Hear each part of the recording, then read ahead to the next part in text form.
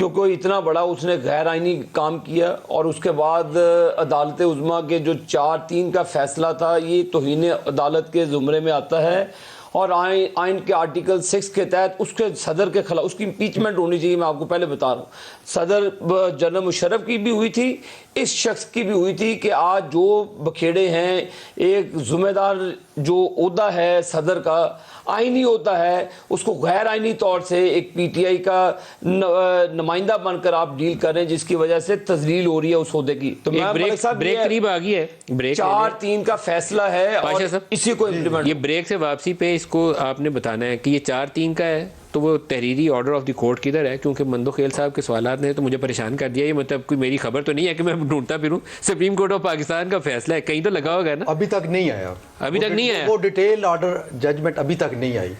4 والا آ گیا. Supreme court ایسے چل سکتی ہے سر؟ نہیں، شارٹ آرڈر تو آ گیا. شارٹ آرڈر ڈیفرنٹ، وہ کہہ رہے ہو آرڈر 2 کے ڈیفرنس ہے. بریک لے لیں، بریک سے واپسی بات کرتے ہیں. بریک لیں. پروگرام میں دوبارہ خوش آمدید کہتے ہیں. پاشا صاحب آپ کی بات ادھوری رہ گئی تھی. اگر یہ 4-3 ہو تو پھر تو پورا پروسیس ہی نل اینڈ وائڈ ہو جاتا ہے. وہ تو ختم ہو گیا جی، نہ مشاورت، نہ تاریخ، اور نہ سارا کچھ، نہ آج والا کیس آئے گا. تو اگر 3-2 ہے تو پھر سارا کچھ چلے گا. بالکل. تو یہ فیصلہ کون کرے گا؟ میں کروں گا یا آپ کریں گے؟ یہ کہاں سے ہوگا؟ آپ یہی بات دیکھیں. بات یہ ہے کہ 2 جج صاحبان نے 2 دن ہیئرنگ کی اور وہ فوراً ایک نتیجے پہ پہنچ گئے، اور انہوں نے یہ فرمان جاری کر دیا کہ یہ تینوں پٹیشنز ڈسمس، اور ساتھ ہی سو موٹو کو کہا کہ یہ نہیں بنتا. یا افریدی صاحب نے اور اطہر من اللہ صاحب نے کر دیا. اب آپ نے ان کو ان کی مرضی کے خلاف بینچ سے ہٹا دیا. پہلے یہ مسٹری تھی، یہ ڈیٹیل آرڈر آنے سے 27 صفحے کا جو 2 ججز نے آرڈر دیا، اس سے پہلے یہ مسٹری تھی کہ وہ از خود گئے یا ان کو نکالا گیا. لیکن اس 27 صفحے والے ججمنٹ میں یہ بات آ گئی کہ ان کی مرضی نہیں تھی ریکیوز کرنے کی، ان کو نکالا گیا. انہوں نے ریکیوز کیا ہی نہیں تھا، پہلے آرڈر میں بھی ریکیوز نہیں کیا. چیف جسٹس صاحب کا یہ پریروگیٹو ہے کہ وہ بینچ کی تشکیل دے سکتے ہیں، یہ ان کا.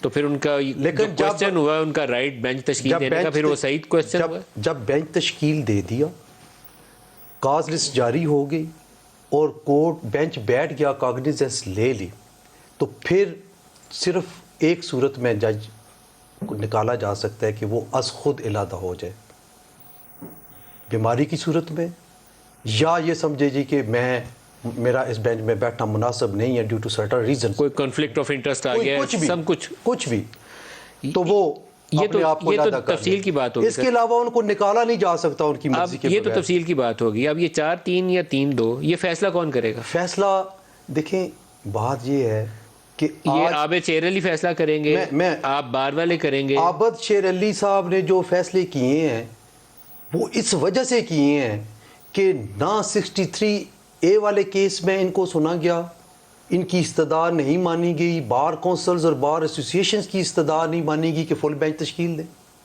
پھر یہاں بھی اس میٹر میں بھی جتنے دن پروسیڈنگز ہوئیں، کسی نہ کسی 63A میں مجھے یاد پڑتا ہے جسٹس سیاہی آفریدی نے لکھا تھا کہ it amounts to rewriting of the constitution. Exactly. تو وہ بہت ہی غلط تھا. اس میں موجود تھا اس وقت کے سپریم کورٹ بار. یا آفریدی صاحب نہیں تھے میرا خیال ہے اس وقت، منصور شاہ صاحب. آئی تھنک یا آفریدی صاحب کی. میں عرض کرتا ہوں، یہ پوچھتے ہیں پاشا صاحب، سپریم کورٹ بار یہ لائن کس نے لکھی تھی کہ it amounts to rewriting of the constitution? یا آفریدی صاحب کی. اچھا، وہ یہ ہے کہ اس وقت کے سپریم کورٹ بار کے پریزیڈنٹ، 6 سابقہ پریزیڈنٹ سپریم کورٹ کے، اور بار کونسل کے 6 ممبرز پاکستان بار کونسل کے، وہ ہم حاضر ہوئے تھے اور چیف جسٹس صاحب کو کہا تھا کہ ہماری یہ ریکویسٹ ہے کہ آپ فل بینچ دیں. انہوں نے ٹرن ڈاؤن کر دی. ہم یہی کر سکتے تھے نا، ہم اور تو کچھ نہیں کر سکتے. ہم نے تو ریکویسٹ کرنی ہے بطور وکیل. ہم نے شعیب صاحب یہ ایک مسٹری سالو کریں، پھر عابد صاحب سے پوچھتا ہوں. 4-3 3-2 اب یہ فیصلہ کون کرے گا؟ یہ تو اب میدان کے اندر دونوں گیمز آ گئے. آئین اس کا فیصلہ کرے گا. آئین کیا کہتا ہے؟ آئین یہ کہتا ہے، میں اس کی تھوڑی سی ذرا وضاحت پیش کر دوں. جو 2 جج صاحبان مظاہر اکبر نقوی اور اعجاز الحسن صاحب نے اوپینین دی، ریکمینڈ کیا، پروپوز کیا کہ یہ 184(3) کا کیس ہے، بڑی ڈیٹیل آرڈر کر، اور وہ سی سی پی او کا کیس سن رہے تھے جہاں انہوں نے تجویز کر کے دے دی. یہ ہسٹری اس کی بڑی متنازع ہے، اس لیے بتانی ضروری ہے. ڈوگر والا کیس. لیکن جو میں لیگل آسپیکٹ پہ آتا ہوں، جب فاروق شنائک صاحب آئے تو انہوں نے صرف ایک اعتراض کیا, انہوں نے کہا جی یہ 2 آنریبل جج صاحبان اپنا مائنڈ ڈسکلوز کر چکے ہیں کہ یہ 184(3) کا کیس بنتا ہے, جبکہ باقی ججز کے سامنے ہم نے یہ اعتراض اٹھانا ہے کہ کیا یہ 184(3) مینٹینیبل ہے یا نہیں ہے, تو لہٰذا یہ ریکیوز کر لیں. پھر یہ 27(2) کا ایک آرڈر ہے, میں آپ کو آج ہی بھیج دوں گا. 27(2) میں 9 کے 9 ممبران نے, اچھا یحییٰ افریدی نے شارٹ آرڈر لکھا کہ جناب میں بھی یہ سمجھتا ہوں کہ یہ 184(3) کا کیس نہیں ہے, میرا کنٹینویشن ان دس بینچ مناسب نہیں ہے, لیکن میں اپنے آپ کو چیف جسٹس کی ڈسپوزل پہ چھوڑتا ہوں. میں نے پڑھا ہے وہ آرڈر پورا آرڈر. عطا بن اللہ صاحب نے بھی لکھا, عطا بن اللہ صاحب نے شروع میں لکھتے ہوئے کہا یہ ایگری ود یحییٰ افریدی, پھر انہوں نے اپنی فردر فائنڈنگز دی. انہوں نے تو یہ بھی کہا کہ اسمبلی سعید ٹوٹی ہے کہ نہیں, اس کا بھی جائزہ لیں. سب سے امپورٹنٹ کوسچن تھا, پتہ نہیں کورٹ میں اس کا اس سے آگے آتے ہیں. اب جب یہ ان کی پھر کورٹ روم میں پھر ان کی میٹنگ ہوئی ان 9 ججز کی اس میٹنگ کے نتیجے میں اور اس ڈسکشن کے نتیجے میں 9 کے 9 ججز نے لکھ کے دیا کہ جناب چیف جسٹس صاحب نیا بینچ تشکیل دیں. پھر نیا بینچ تشکیل ہو جاتا ہے, لیکن 2 نے ریکیوز کیا ہے, 2 نے ریکیوز نہیں کیا. نہ کریں, ایون نہ کریں, لیے لکھ کے دیا کہ نیا بینچ تشکیل 2 کا آرڈر آ چکا ہے.